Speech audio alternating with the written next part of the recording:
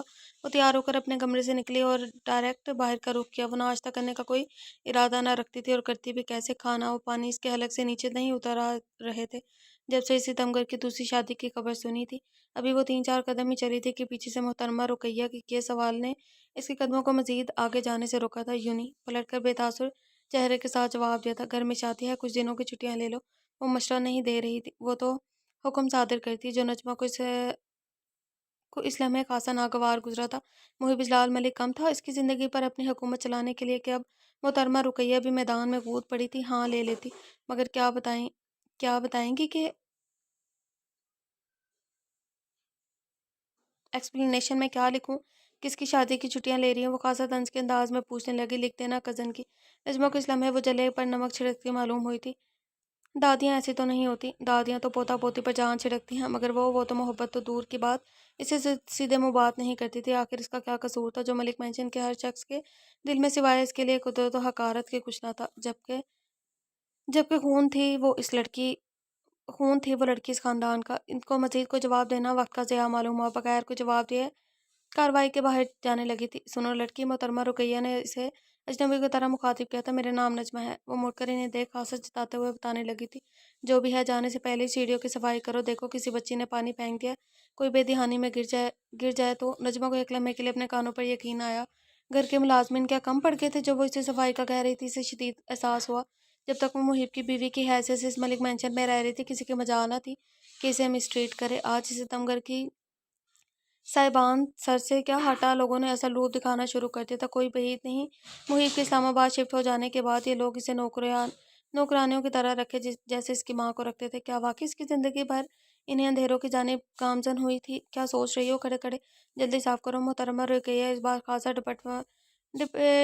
ڈپٹ والے انداز میں بولی تھی۔ وہ مجبور ہو کر اپنے ہاتھ میں پکڑی بکس اور کندھے پر ٹکا بیگ اتار کر سامنے صوفے پر رکھتی ہوئی سیڑھیوں کی جانب آئی۔ کپڑا دو اسے، انہوں نے ملازمت سے کہا تو پاس کھڑی ملازمہ نے اسے تیزی سے صفائی کا کپڑا پکڑا دیا۔ کہنے کو تو وہ صرف پانی صاف کروا رہی تھی، مگر پھر بھی اسے اپنا آپ کسی ملازم سے کم نہیں ہو رہا تھا۔ اس کی آنکھوں سے آنسو جھلک آئے۔ آنسو آنے کے سبب سب دھندلا دھندلا نظر آنے لگا۔ چشمہ آنکھوں سے ہٹا کر اپنے آنسو صاف کیے اور پھر چشمہ آنکھوں پر ٹکا کر سیڑھیوں سے پانی صاف کرنے لگی۔ اسے صفائی کرنا اپنی سخت توہین محسوس ہو رہا تھا جس کے سبب آنکھوں میں پھر سے آنسو بھر آئے۔ اسے سب پھر سے دھندلا دھندلا دکھنے لگا۔ ابھی وہ دوسری سیڑھی جھک کر صاف کر رہی تھی کہ کسی نے مضبوطی سے اس کا ہاتھ پکڑ کر روکا۔ وہ اس کا لمس سے بخوبی واقف تھی۔ کھڑی ہو، اس کا تو خون کھول اٹھا تھا اس حسین دلربا کو نوکروں کی طرح صفائی کرتا دیکھ۔ ملک مینشن میں ملازم کم پڑ گئے ہیں کیا جو آپ میری بیوی سے یہ سب کروا رہی ہیں؟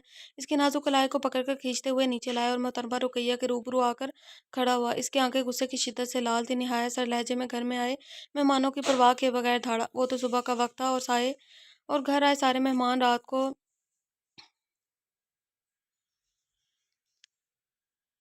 پتہ نہیں محفل سجانے کے بعد بے خبر سو رہے تھے، ورنہ اس سے تو کوئی کسر نہ چھوڑی تھی اس اعلان میں کہ وہ اس کی بیوی ہے۔ محب تم تو اسلام آباد شفٹ ہونے والے ہو، ہمیشہ کے لیے اسے یہاں اکیلا چھوڑ کر، اسی لیے اپنی وقتی ہمدردی دکھا کر اسے خوشگوار نہ کرو۔ تمہارے جانے کے بعد اسے یہی سب سہنا ہے؟ تمہیں کیا لگتا ہے تمہارے جانے کے بعد تمہاری ماں اور تمہارے گھر کے باقی افراد اسے مہارانیوں کی طرح ٹریٹ کریں گے؟ انہوں نے چوٹ کرنے والے انداز میں جواب دیا تھا۔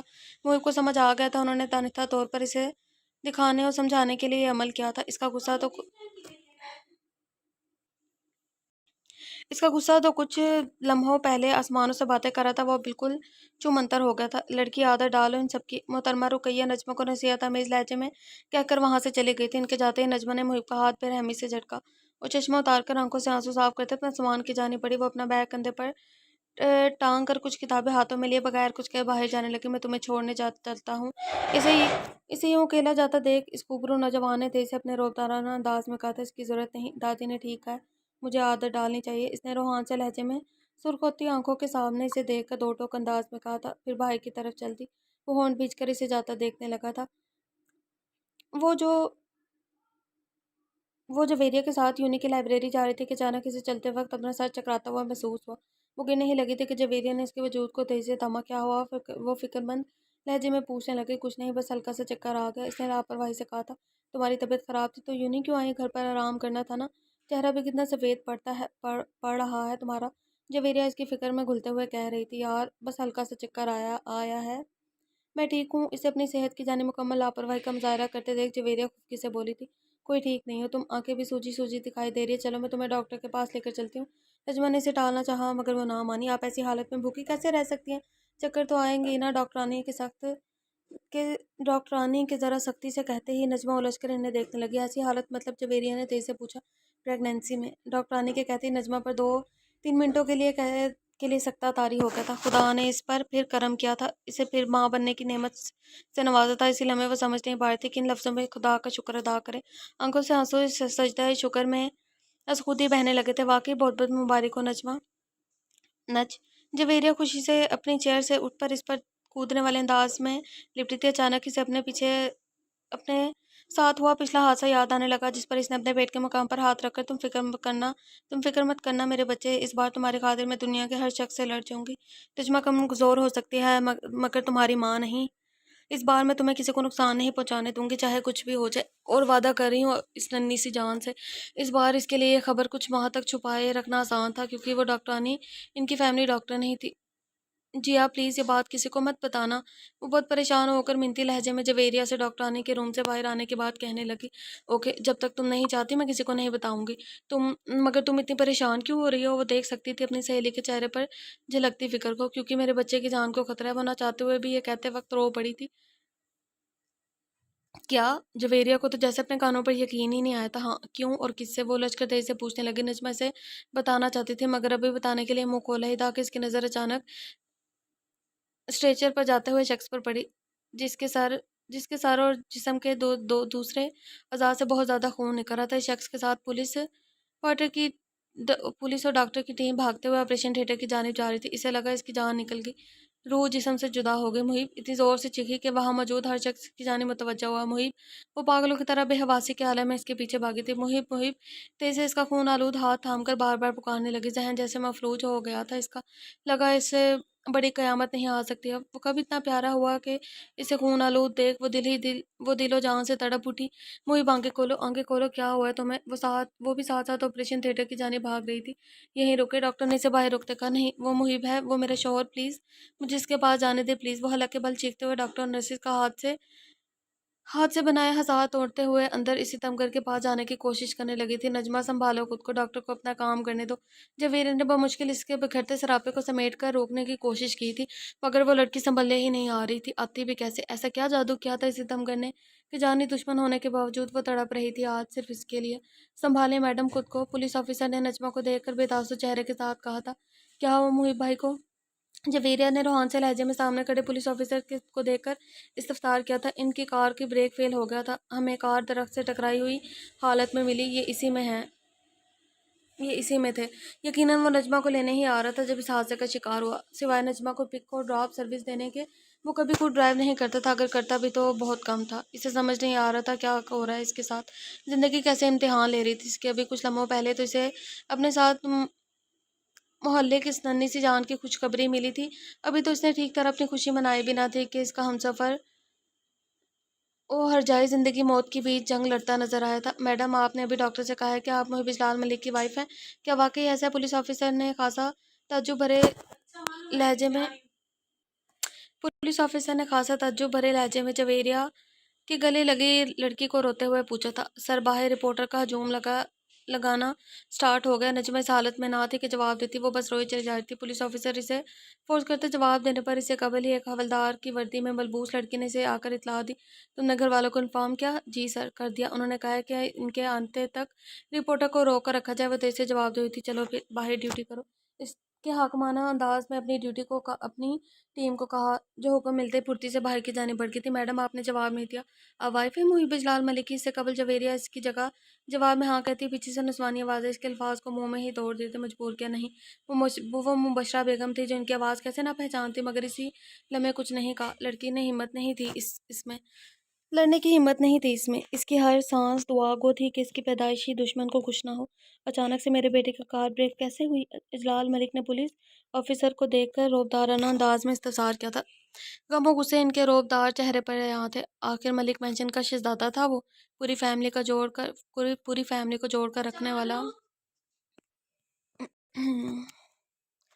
کبھی کبھار ماں باپ گھر بناتے ہیں، اسے جوڑ کر رکھتے ہیں۔